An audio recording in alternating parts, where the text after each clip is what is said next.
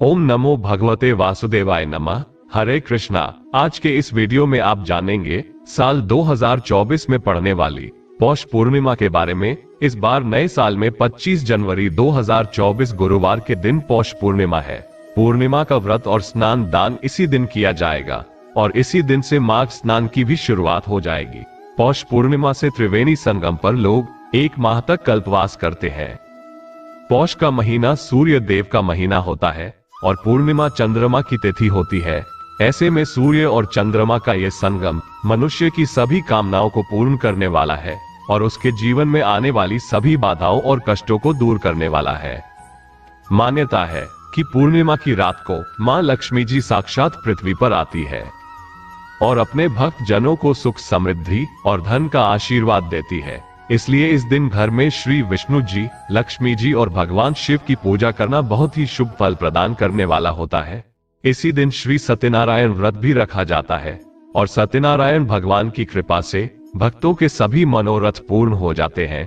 घर में सुख समृद्धि आती है और इस बार की पूर्णिमा के दिन बहुत ही शुभ संयोग बन रहे हैं, जिनमें पुनर्वसु योग सुबह 8:16 तक होगा। उसके बाद में पुष्य योग प्रारंभ हो जाएगा। गुरुवार के दिन जब पुष्य योग बनता है तब उसे गुरु पुष्य योग कहते हैं और यह बहुत ही शुभ मुहूर्त होता है। वीडियो शुरू करने से पहले मैं आपको थोड़ी सी जानकारी गुरु पुष्य योग के बारे में दे दूं, ताकि आप इस बार गुरु पुष्य योग में पूजा करके शुभ फलों की प्राप्ति कर सके। आपको जानकारी दे दूं कि इस बार आपको इस मुहूर्त में पूजा क्यों करनी चाहिए और यह गुरु पुष्य योग आपके जीवन में किस प्रकार फलदायी हो सकता है।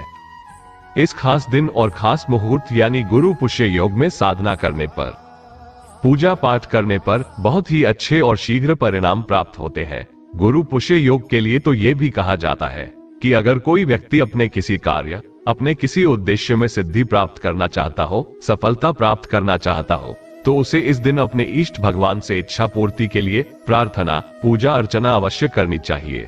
ऐसा करने से मनचाही सिद्धियां, मनचाहा फल निश्चित रूप से प्राप्त होता है। इस समय में किए गए काम में सफलता निश्चित ही प्राप्त होती है। अगर आप किसी मनोकामना पूर्ति के लिए किसी भी समय जब गुरु पुष्य योग हो, उस समय सच्चे मन से पूजा करें, तो आपके जीवन में आप जो कुछ भी प्राप्त करना चाहते हो वो आपको निश्चित ही प्राप्त हो सकता है। इसलिए इस बार आप पूर्णिमा के दिन इस शुभ योग में कोई नया काम या मनोरथ पूर्ति के लिए कोई उपाय अवश्य करें। गुरु पुष्य नक्षत्र को सभी नक्षत्रों में सबसे अच्छा शुभ माना जाता है और इसे सभी नक्षत्रों का राजा भी कहते हैं। इस योग में आप सोना चांदी खरीद सकते हैं। महंगाई के कारण जो लोग सोना आज के दिन नहीं खरीद सकते, वो कोई पीली वस्तु जरूर खरीदे। आप हल्दी खरीद सकते हैं, चने की दाल या गुड़ खरीद सकते हैं और इन्हीं वस्तुओं का आप दान भी आज के दिन कर सकते हैं। किसी प्रकार के गहनों की खरीदारी करने के लिए भी ये योग बहुत ही शुभ रहता है। मंदिर से जुड़ी कोई पूजन सामग्री भी आप इस शुभ योग में खरीद कर घर ला सकते हैं। जिन लोगों के अंदर आत्मविश्वास की कमी हो, उन्हें आज के दिन पूजा अवश्य करनी चाहिए। इस बार पूर्णिमा की तिथि प्रारंभ होगी 24 जनवरी बुधवार की रात 9:51 से और पूर्णिमा तिथि समाप्त होगी 25 जनवरी गुरुवार की रात 11:23 पर।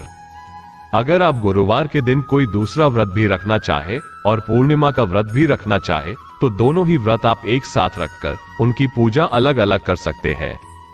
अब बात करते हैं इस दिन रहने वाले शुभ और अशुभ मुहूर्त यानी राहुकाल के समय की। तो 25 जनवरी गुरुवार को सूर्योदय सुबह 7:13 पर और सूर्यास्त होगा शाम 6:04 पर। ब्रह्म मुहूर्त का समय सुबह 5:37 से 6:25 तक रहेगा। अभिजीत मुहूर्त, जो कि सत्यनारायण भगवान की कथा का पाठ करने या दान आदि देने के लिए शुभ माना जाता है, दोपहर 12:17 से 1 बजे तक रहेगा और गुरु पुष्य योग सुबह 8:17 से लेकर सारा दिन रहेगा, जो कि अगले दिन समाप्त होगा। राहुकाल का समय, जो कि अशुभ मुहूर्तों में गिना जाता है, दोपहर 1:30 बजे से 3 बजे तक रहेगा। अब जानिए इस दिन रहने वाले चंद्रोदय के समय के बारे में। इस दिन चंद्रोदय होगा शाम 5:48 पर। तो शाम की पूजा आप इस समय के बाद से कभी भी करें, चंद्र देवता को अर्घ देकर उसके बाद अपना उपवास कभी भी खोल सकते हैं। इस दिन सुबह जल्दी उठकर, हो सके तो ब्रह्म मुहूर्त में उठकर ही किसी पवित्र नदी के जल से, या ऐसा संभव न हो तो घर पर ही नहाने के पानी में गंगाजल मिलाकर अवश्य ही स्नान करना चाहिए। उसके बाद सूर्य देवता को अर्घ्य देकर, पूजा पाठ करके संकल्प लेकर अपना व्रत प्रारंभ करना चाहिए। दिन में अपनी सामर्थ्य के अनुसार प्रसन्न मन से दान देना चाहिए और शाम के समय एक बार फिर से विधि विधान से पूजा करके आपको अपना उपवास खोल लेना चाहिए। इस बारे में और अधिक विस्तार से जानने के लिए या फिर पौष पूर्णिमा और श्री सत्यनारायण भगवान की कथा सुनने के लिए हमारे चैनल पर आगे आने वाली वीडियोज को जरूर देखिएगा। और अगर जानकारी पसंद आए हो तो वीडियो को लाइक करके आपके अपने चैनल राम जी को सब्सक्राइब करना मत भूलिएगा।